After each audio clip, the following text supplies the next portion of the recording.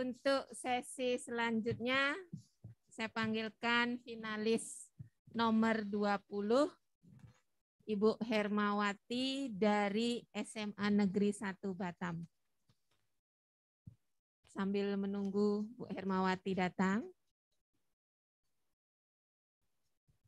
Jadi beliau ini mengembangkan media pembelajaran virtual reality. Saya juga ini belum paham bagaimana media pembelajaran. Nanti sesaat lagi kita akan menjelaskan penjelasan dari beliau.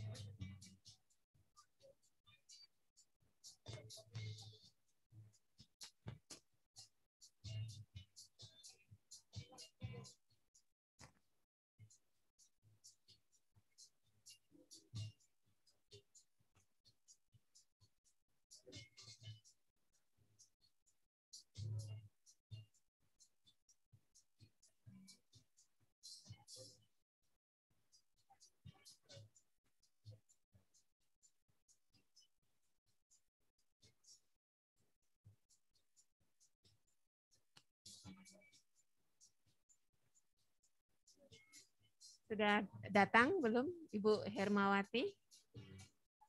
Oh, sedang dipanggil.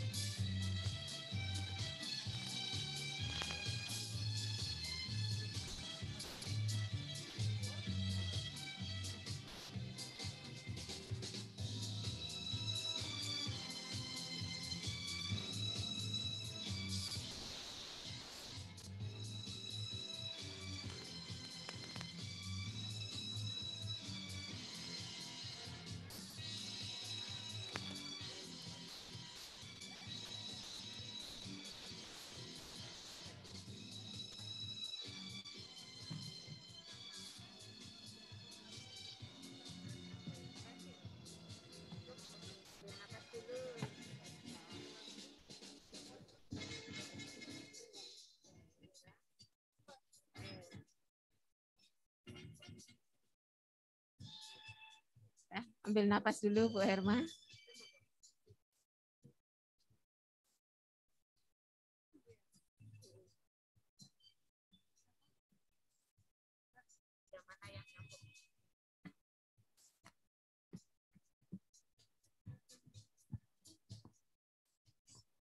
Sudah siap Bu Herma? Oke.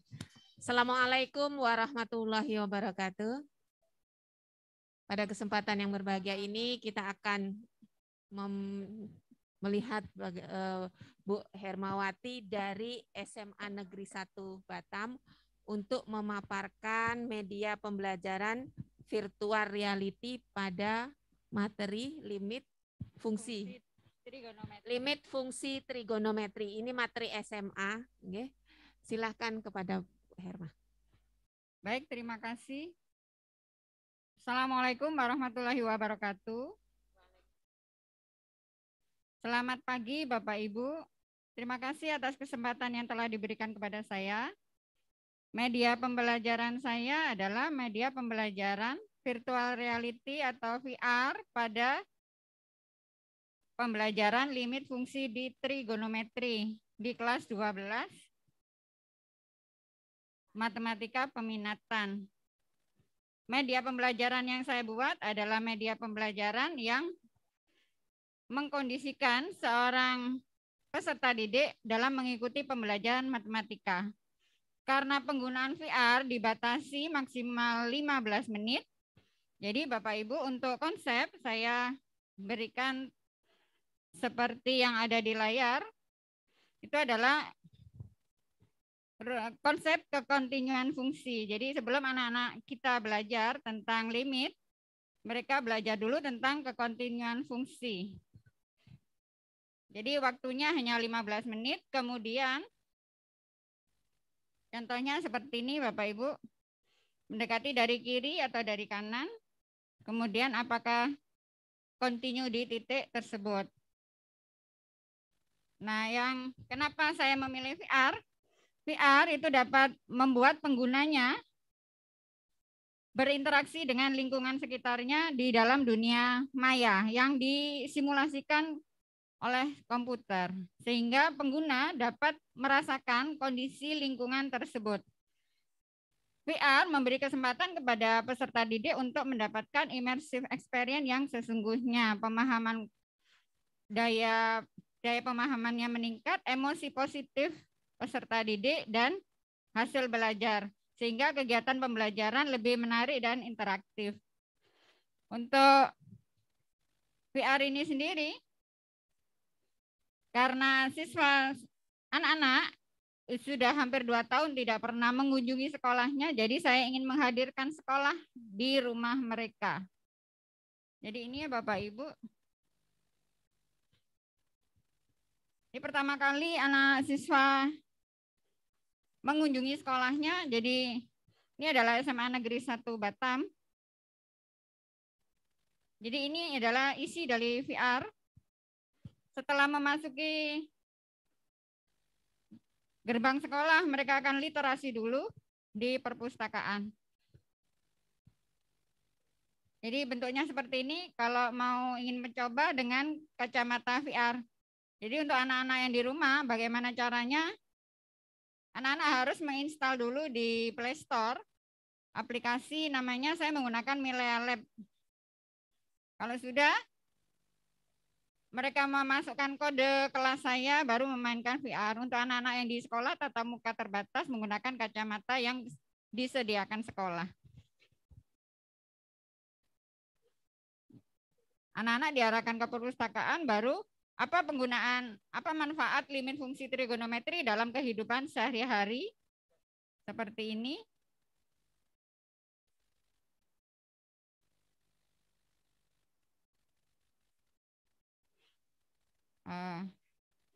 Kalau sudah selesai, dia akan memasuki kelas seperti ini Bapak Ibu.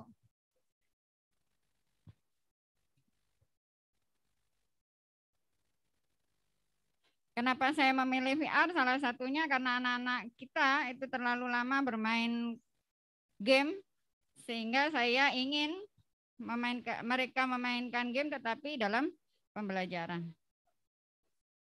Dan yang terakhir adalah pengerjaan kuis. Kuis ini ada assessment reportnya akan ada di link yang dipunya guru. Jadi guru tahu siapa saja yang sudah mengerjakan kuis tersebut. Maka berakhirlah pembelajaran hari itu di 2 jam pelajaran. 2 jam berikutnya kita mendiskusikan hasil dari diskusi yang dikerjakan siswa. Demikian, terima kasih Bapak Ibu. Assalamualaikum warahmatullahi wabarakatuh. Demikian pemaparan dari Ibu Hermawati. Saya persilahkan kepada Bapak dan Ibu yang ingin bertanya. Monggo Pak Didin, mau mencoba atau bertanya? Terima kasih atas waktunya Bu Moderator. Ini sangat menarik sekali. Saya juga pernah mencoba seperti itu, tapi tidak dalam pembelajaran matematika. Saya tidak bertanya, tapi apakah saya boleh mencoba ke situ atau di sini? Karena saya penasaran sekali, oh Ibu, jika diterapkan di pembelajaran matematika. Oh, guru SD nggak boleh. Ya. Boleh Ibu menggunakan HP-nya? Ya. Saya ke situ. Harus di luas, Pak. Oh, karena di luas. Kita harus, saya jalan. Iya. Oh, gitu. Boleh. Fokusnya di satu titik putih itu yang mengikuti yang tanda kuning. titik putih itu dijalankan menuju ke tanda warna kuning. Harus banyak bergerak, Bapak. Iya. Yang warna kuning, Bapak. Ya. Enggak.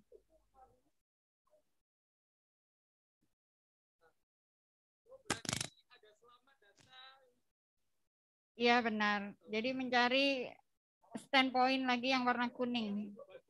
Kalau mundur saya jauh ini, Bu. Ya harus maju terus, Pak. Harus mengikuti. Kalau dia mintanya ke kanan, dia ke kanan. Kalau ke kiri, ikut ke kiri.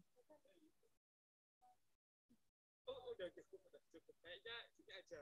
Tapi kalau nggak maju, enggak. Ke kiri, Pak.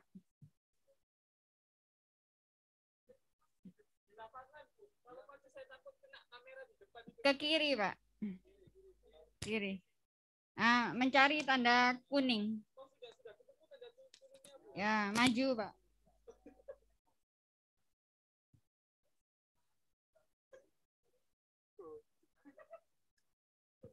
Boleh ya, Bu? Oh, ini. Oh, ini.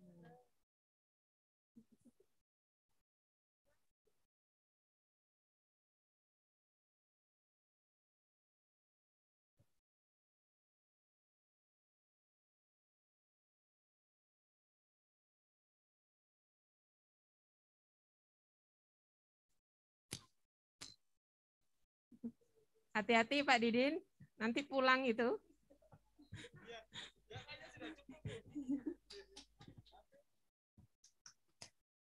Bagaimana pengalamannya Pak Didin mencoba? Rasanya luar biasa? Luar biasa. Ya. Sebuah ide yang baru untuk pembelajaran. Oke, terima kasih. Selanjutnya Bapak dan Ibu silakan. Ibu Chandra silakan. Baik, Assalamualaikum warahmatullahi wabarakatuh. Surprise banget Bu Hermawati, karyanya bikin kita penasaran. Saya juga pernah coba di satu pameran pendidikan dan pakai terus mensimulasikan bagaimana membuka ban.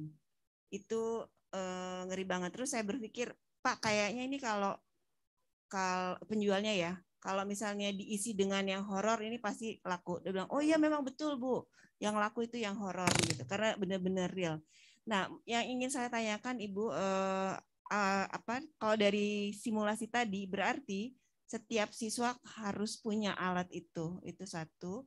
Terus yang kedua, gimana pada saat daring mekanismenya, apakah siswa harus punya itu. Terus yang kedua Ibu, bayangan saya itu sebenarnya sensasi masuk ke sekolah dan seterusnya itu keren banget.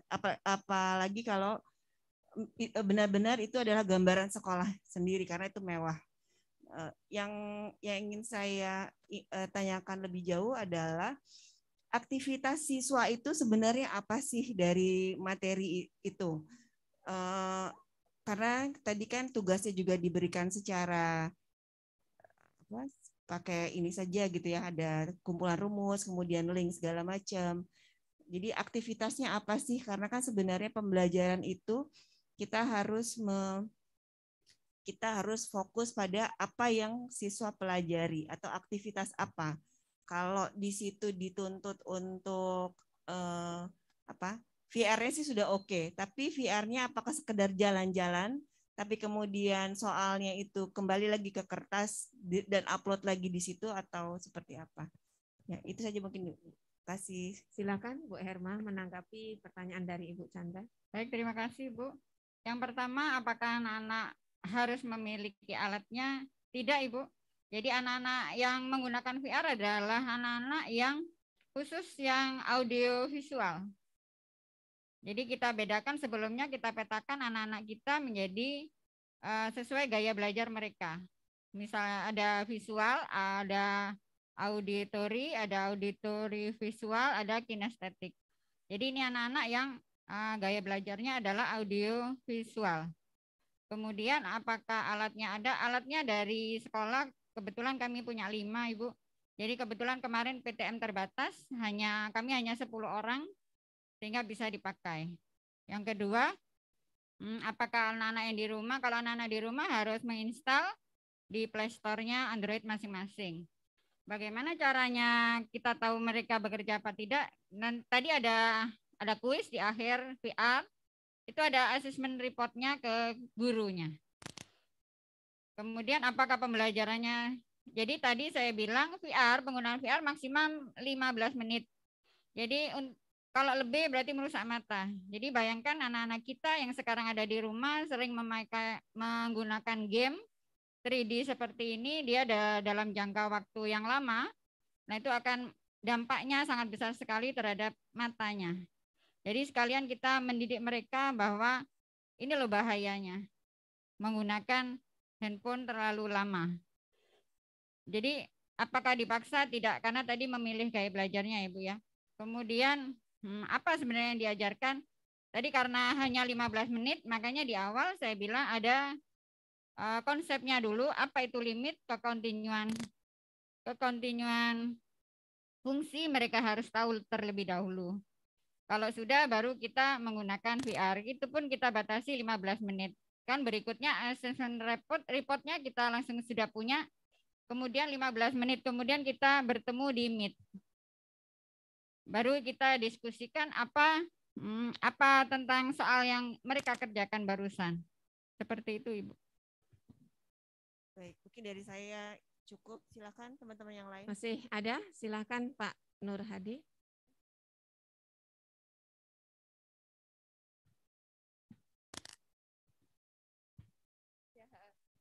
Baik, terima Silakan kasih. Bu Laila.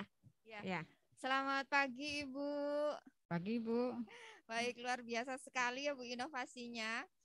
Saya mau tanya sedikit saja Bu, tadi berdasarkan penjelasan dari Ibu, ini sebelum anak menggunakan inovasi Ibu, anak itu sudah belajar limit terlebih dahulu ya? Dia belajar di kelas 11 itu tentang limit fungsi aljabar. Baik, berarti Ibu, seandainya setelah Ibu melaksanakan inovasi ini, kemudian ada dampak si anak itu bisa materi limit ya. Nah, itu berdasarkan inovasi yang Ibu ciptakan ataukah sudah belajar sebelumnya?